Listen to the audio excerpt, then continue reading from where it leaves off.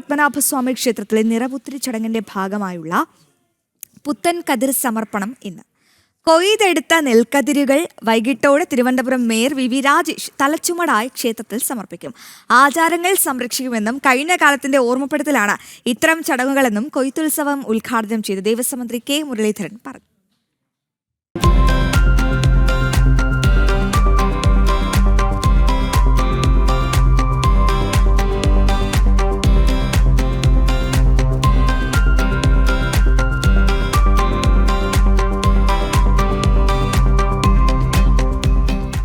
കാർഷിക സംസ്കാരത്തിന്റെ ഓർമ്മപ്പെടുത്തലായ നിറപുത്തരി ചടങ്ങിനായി ശ്രീപത്മനാഭസ്വാമി ക്ഷേത്രത്തിലെ ഒരുക്കങ്ങൾ അവസാന ഘട്ടത്തിലാണ്.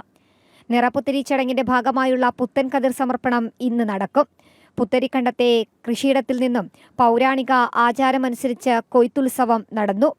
ദേവസ്വം മന്ത്രി കെ മുരളീധരൻ നെൽക്കതിർ കൊയ്തെടുത്ത ചടങ്ങിന്റെ ഉദ്ഘാടനം നിർവഹിച്ചു.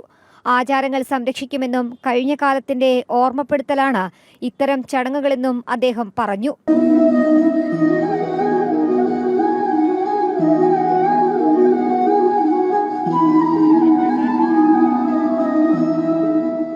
നെൽക്കതിരെടുത്ത് വീടിന്റെ ചുമരുകളിൽ ചാണകം ഉപയോഗിച്ച് അത് അവിടെ സ്ഥാപിക്കുന്ന ഒരു ചടങ്ങുണ്ടായി. പിന്നെ ഇങ്ങനെ തൂക്കിയിടുന്ന അങ്ങനെയൊക്കെ ഒരുപാട് പണ്ടുകാലത്തൊക്കെ ഇതൊക്കെ സ്ഥിരം വീടുകളിൽ കാഴ്ചയായി. പക്ഷേ കാലം മാറി കോലം മാറി നമ്മളെ കൃഷിയൊക്കെ നമ്മൾ വിറ്റു. ഏതായാലും ആചാരങ്ങൾ പരിപാലിക്കുക നമുക്കിത് സന്തോഷമുള്ള കാര്യമാണ്.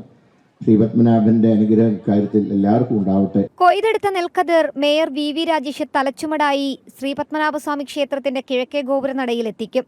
ഇവിടെ നിന്നും ക്ഷേത്രം അധികൃതർ നെൽക്കതിർ സ്വീകരിക്കും. നിറപുത്തരി ദിനത്തിൽ ആദ്യമായി ഭഗവാനെ നിവേദ്യം ചെയ്യുന്നത് പുത്തരിക്കണ്ടത്ത് വിളഞ്ഞ നെന്മണികൾ ഉപയോഗിച്ചായിരിക്കുമെന്ന് പറഞ്ഞിരുന്നു. തീർച്ചയായിട്ടും അത് നടപ്പിലാക്കാൻ സാധിക്കുന്നതിൽ അഭിമാനമുണ്ട്.